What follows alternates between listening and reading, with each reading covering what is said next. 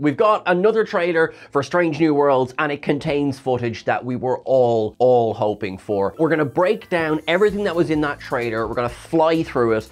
You're all awesome. Let's get going. It begins with a shuttle that's being blasted through a debris field. It's got all debris all over the front of it. Ortegas is piloting, but it seems as though the engines aren't working.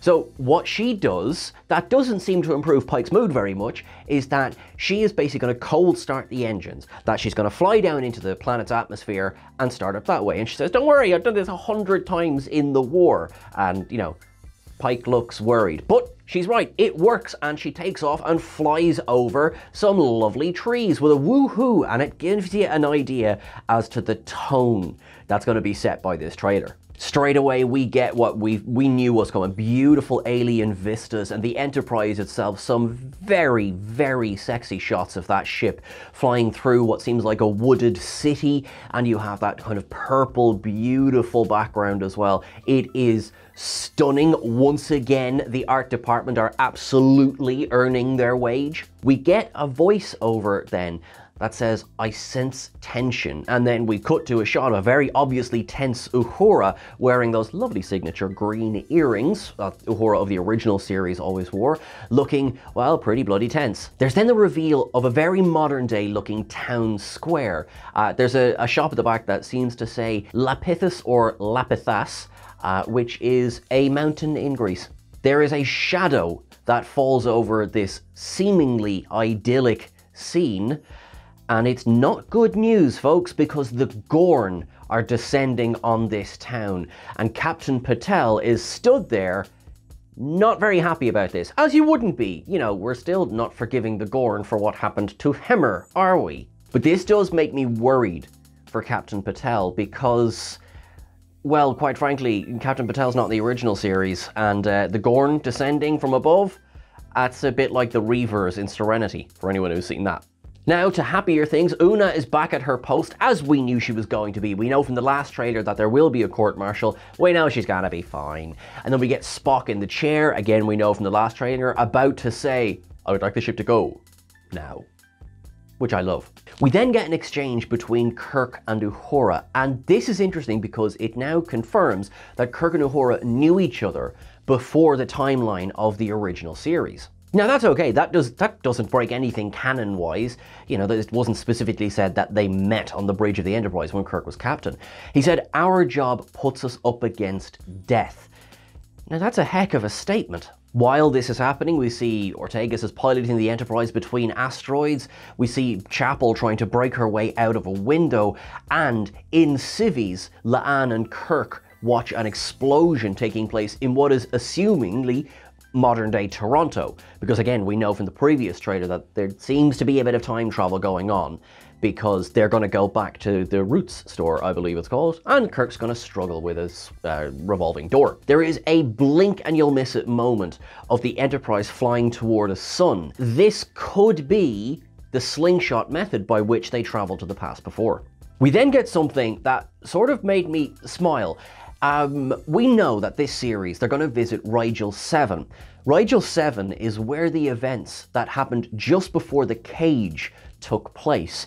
Now, that was the event that made Pike question whether he wanted to be the captain of a starship anymore, because several crew members died on that mission. This sees Pike beating the absolute tar out of a Rigelian, and then holding up a shield while another Rigelian fires a very modern looking phaser at him. I just have scribbled down on my notes here, payback. Mbenga is with him at this point, although then we cut to seemingly Mbenga and Chapel being airlocked, whatever that's about. La'an is seemingly on Rigel 7 as well, because there's a quick shot of her handing a telescope to Pike, while in a voiceover she says to Kirk, we are explorers, and sometimes we can forget how awesome that is. There's a quick shot of the bridge with number 1 in the command seat and what looks like new engineer Pelia sitting behind her, with Mitchell still serving at navigation. Then we see Spock in a spacesuit with is very clearly a nod to the original Alien movie. I'm presuming this is a Gorn behind him, but I've got really strong xenomorph feels coming off this scene with that tail that's lowering down. There's a lovely shot, I don't know what the context is, but you have Chapel, Uhura, and Ortegas in this room that seems to be filled with sort of a tangible light before Mbenga says that's, you know, being an explorer is part of the job he loves the most. Then we get the scene that I think we're all looking forward to, which is Spock drinking with some Klingons and apparently Groot from Guardians of the Galaxy. Then a quick shot of a ship flying past Starbase 1, and our only speaking moment of Pelia comes when Uhura says, "I've got a crazy theory," and Pelia, in quite a strong accent, says, "I love crazy theories." We saw in the beginning that debris field. Now, this seems to be from a wrecked either Constitution class or possibly Peregrine class, but there is a star driveless saucer section here, and it's going to crash down into a planet. That's going to impact before what looks like some sort of maybe science station, or it could be a downed shuttle either. And then we get to the good stuff when we see Chapel and Spock having a wee little smooch before Spock does sort of a dance, which I'm totally here for.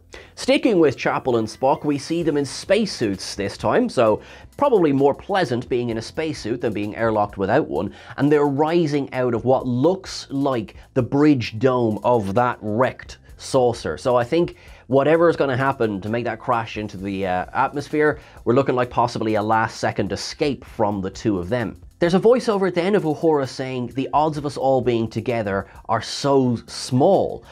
And there's a quick shot where Pike and Patel share a kiss, and again, now maybe I've just seen too many war movies where if I take out a picture of my honey and know I'm not coming back from this battle, and when you see this and then you cut back to Patel's on the planet that the Gorn are going to arrive at, this makes me slightly worried for her safety. Although I'm really hoping they're not going to give Pike more trauma this season. The chair. And just sort of confirming this, or maybe giving more credence to this, is someone is looking at a very bashed looking comm badge. And the last time we saw someone looking at a comm badge like that, it was Georgiou's comm badge after she was killed in Discovery. You see why I'm worried? There's a quick shot that's from the mess hall of the Enterprise that sees Kirk and Uhura sharing a drink, so we know Kirk is going to be aboard the Enterprise. We've seen that before. The only thing we haven't seen yet is Kirk and Pike meeting. So that's the one where we kind of worry about possibly canon. In the menagerie, Kirk said he'd only met Pike once. It depends what they do with it. Again, I'm not super tied to that being the only version of the story. But yes, so he is going to be aboard the Enterprise. We don't know yet in what capacity, whether he's there all 10 episodes or whether he just pops in and out. We don't know yet. He probably doesn't want to be there while the Enterprise is being shot at by those Gorn fighters that return from season 1. And then of course we get the moment we were all waiting for. Mariner and Boimler in live action, Tawny Newsome and Jack Quaid standing in Pike's ready room, and Mariner goes, "Surprise!" And Pike looks as concerned as you would probably expect him to. Absolutely no context whatsoever to their arrival. We don't know the how or the why of it, and I'm fine. I love the mystery. Quick shot of Pike breathing through a gas mask wearing civvies as smoke is coming into the room.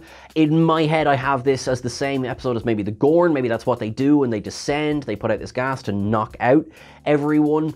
Don't know yet. We get a quick shot of Chapel, who is boxing a punching bag with Uhura seems to be spotting her. And like, there's so many shots of Chapel in this trailer that I think we're going to get a good bit of Chapel this season, and I am so here for this. Jess Bush is one of my favorite performers in Strange New Worlds, so gimme all of the Chapel that you can. We get another shot of Spock and Chapel floating there in space watching the saucer goes down. We get a scene of La'an and Kirk in a they're definitely about to kiss situation, which is gonna be interesting when he meets her great grandpappy in a few years. Of course, we don't know what the relationship between La'an Noonien Singh and Khan Noonien Singh is, but look, when the joke is right there. We then get a very quick shot of Uhura doing a little bit of a dancey shuffle in engineering, which just made me smile. Then we get a bunch of rapid fire images. We get Mbenga, Chapel, and Pike in a trio looking down on someone who opens their eyes, and for the life of me, I cannot place these eyes yet. Chris reckons it's going to be a young Cybok. There, curveball. You didn't see that one coming, did you? Cybok, of course, was shown from behind in Season 1. Who's to say that we don't see more Cybok in Season 2? Does look young, so possibly a flashback. We get a shot of Spock in space, we get Pike firing a phaser rifle, we get Spock and Pelia in engineering, and then we have a shot that just makes me smile, which is the Enterprise being flanked by 3 Klingon battle cruisers. So I can't wait for the Klingon episode at all. Then we get the title card. Just before that last stinger, this just very, very quickly, if you think of the poster for Strange New Worlds Season 2, there is different artwork, what seems to be maybe for different episodes, one of which has Chapel in black and white. So Chris and Tom, we reckon that there might be a noir episode. Maybe like we just go, what the heck, let's do a black and white episode. Every episode of Strange New Worlds feels like a different genre, so I think they'd do it, especially because on the same poster, we've got an asteroid and a planet that's definitely straight out of Lower Deck style animation. And of course, speaking of Lower Decks, we get the final bit of the trailer, which is Mr. Spock wishing live long and prosper to Mr. Boimler by name, and then you just get this great shot of Jack Quaid going, oh yes, you live also. I love it, I can't wait. I just can't wait. So that's it. That's everything for the trailer so far. Again, wonderful. It gives us nothing, gives us everything. So context is going to be so much fun. June the 15th, we're going to get the first episode is going to drop. We'll get the ups and downs to you out that day. Thank you so much to Tom, who has just done stellar work to turn this around to get it out. So you are wonderful. Thank you very much.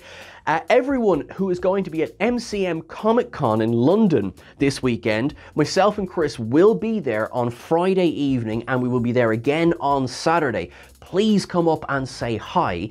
And what's more, if you would like to feature in a Trek Culture video, we would love to talk to anyone in cosplay. So we'll put out a tweet about that, but yeah, looking forward to seeing you all. Everyone, thank you so much. You're wonderful, you're awesome. You know where to find us all. Twitter at Trek Culture, Instagram at Trek Culture YT. I'm at Sean Ferrick, and Tom is at Tom C. Finn. Chris is at Edit Chris Edit. You're all wonderful, you're great. I'm so excited. Can it be June 15th already? Live long and prosper.